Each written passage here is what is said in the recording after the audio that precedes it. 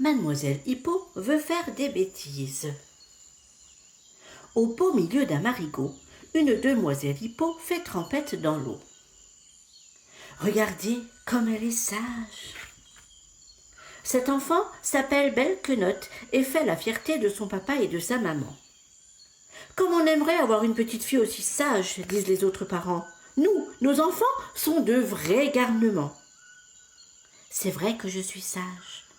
Très sage, admet Belle Quenotte, fermant ses beaux yeux en rougissant un peu. Approchons-nous d'elle. Pas un cil ne frémit, pas une oreille ne bouge, elle semble dormir. Pourtant, Belle Quenotte ne fait pas la sieste. Non, non, non. Au risque de nous répéter, c'est seulement qu'elle est sage, très sage. Alors qu'en surface rien ne bouge, si on y regarde de plus près, sous l'eau, c'est une autre affaire. À l'abri des regards, ses quatre pattes sont en folie. Belle Quenotte trépigne, piaffe, tape, frappe, piétine le fond du marigot. Clam badam bam bipicha, clam badam bam bipicha, clam badam bam bipicha.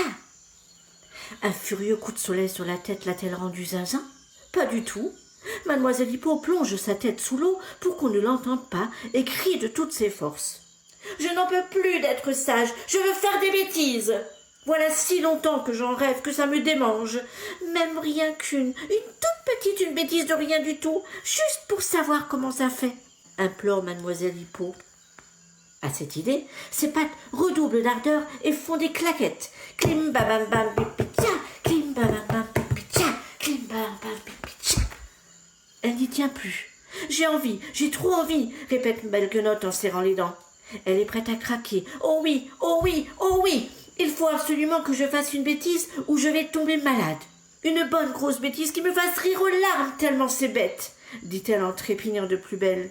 Clim babam bam bipicha, clim babam bam bipicha.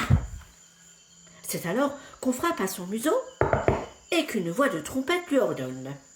Ouvrez grand la bouche.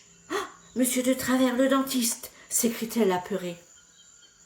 Ce n'est pas une chose très connue, mais les hippopotames doivent se soumettre à une visite obligatoire du dentiste 2 fois par jour. À chaque repas, le toujours de mauvaise humeur Monsieur de Travers rapplique et ordonne d'une voix d'adjudant-chef. La bouche! Ouvrez la bouche! Plus grand! Encore plus grand, mauvaise graine!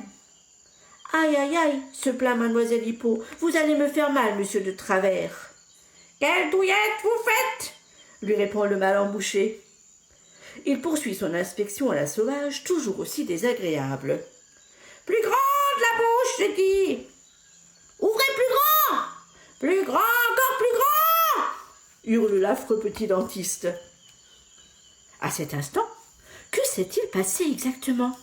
La bouche de Belle Quenotte s'est refermée brusquement avec un grand clap, et le dentiste s'est retrouvé dans le noir. Belle Quenotte a senti quelque chose qui lui descendait dans le gosier. Elle s'est écriée « Mince, j'ai avalé de travers !» Puis, elle a souri de toutes ses dents. « Oh, je crois que j'ai fait une grosse bêtise !»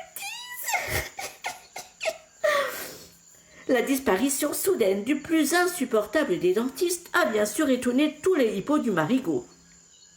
Il a été remplacé sur le champ par une charmante jeune dentiste au geste très doux. Et c'est un bonheur dorénavant que de se faire soigner les dents. Et Belle Quenotte, de son côté, a réalisé son rêve.